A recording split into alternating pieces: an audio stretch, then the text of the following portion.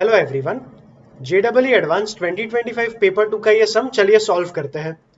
A geostationary satellite above the equator is orbiting around the Earth at a fixed distance of r1 from the center of the Earth. A second satellite is orbiting in the equatorial plane only in the opposite direction to the Earth's rotation at a distance of r2 from the center of the Earth such that r1 is equals to 1.21 times r2. The time period of the second satellite as measured from the geostationary satellite is 24 by p hours. The value of p is equal to what? I have taken that sum from section 3 of the paper. Answer एक numerical value होगा और decimal answer आया तो round of करना पड़ेगा 2 decimal places तक.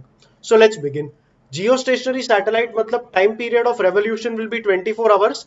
Geostationary satellite को first satellite ले ले, सो T1 बनेगा 24 आवर्स. इन्होंने बोला है radius of the orbit is r1, so we know the formula for t is 2 pi root over r cube upon gm.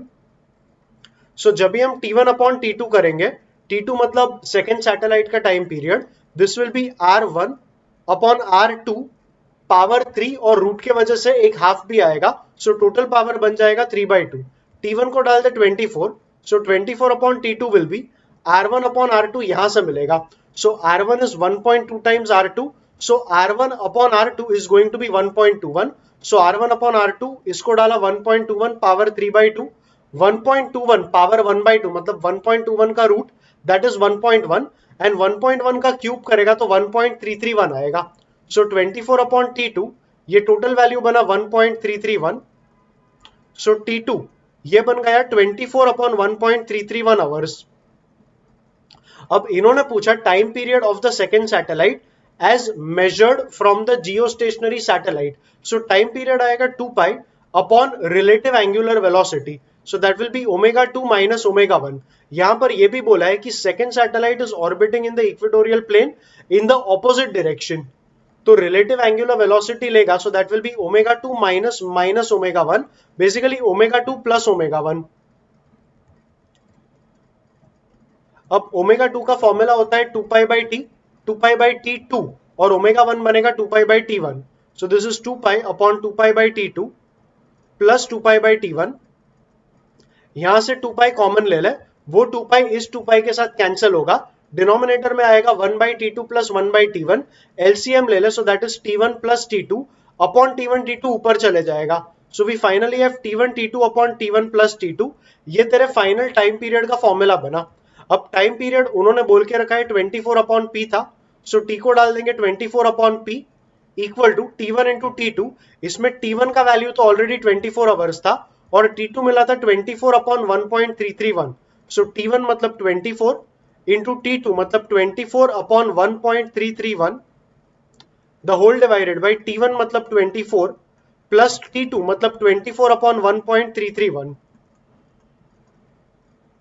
अब यहां पर एक 24 लेफ्ट में और ये एक 24 कैंसिल होगा, डिनोमिनेटर के दोनों टर्म्स में से एक 24 कॉमन आएगा, वो 24 इस 24 के साथ कैंसिल होगा और फाइनली बचेगा न्यूमरेटर में 1 अपॉन 1.331 और डिनोमिनेटर में एलसीएम ले ले, मतलब 1 प्लस 1 अपॉन 1.331 मतलब 1.331 प्लस 1 मतलब 2.331 अपॉन 1.331. ये 1 अपॉन 1.331 2.331 अपॉन 1.331 दोनों के डिनोमिनेटर्स कैंसिल होंगे और फाइनली बचेगा 1 अपॉन 2.331.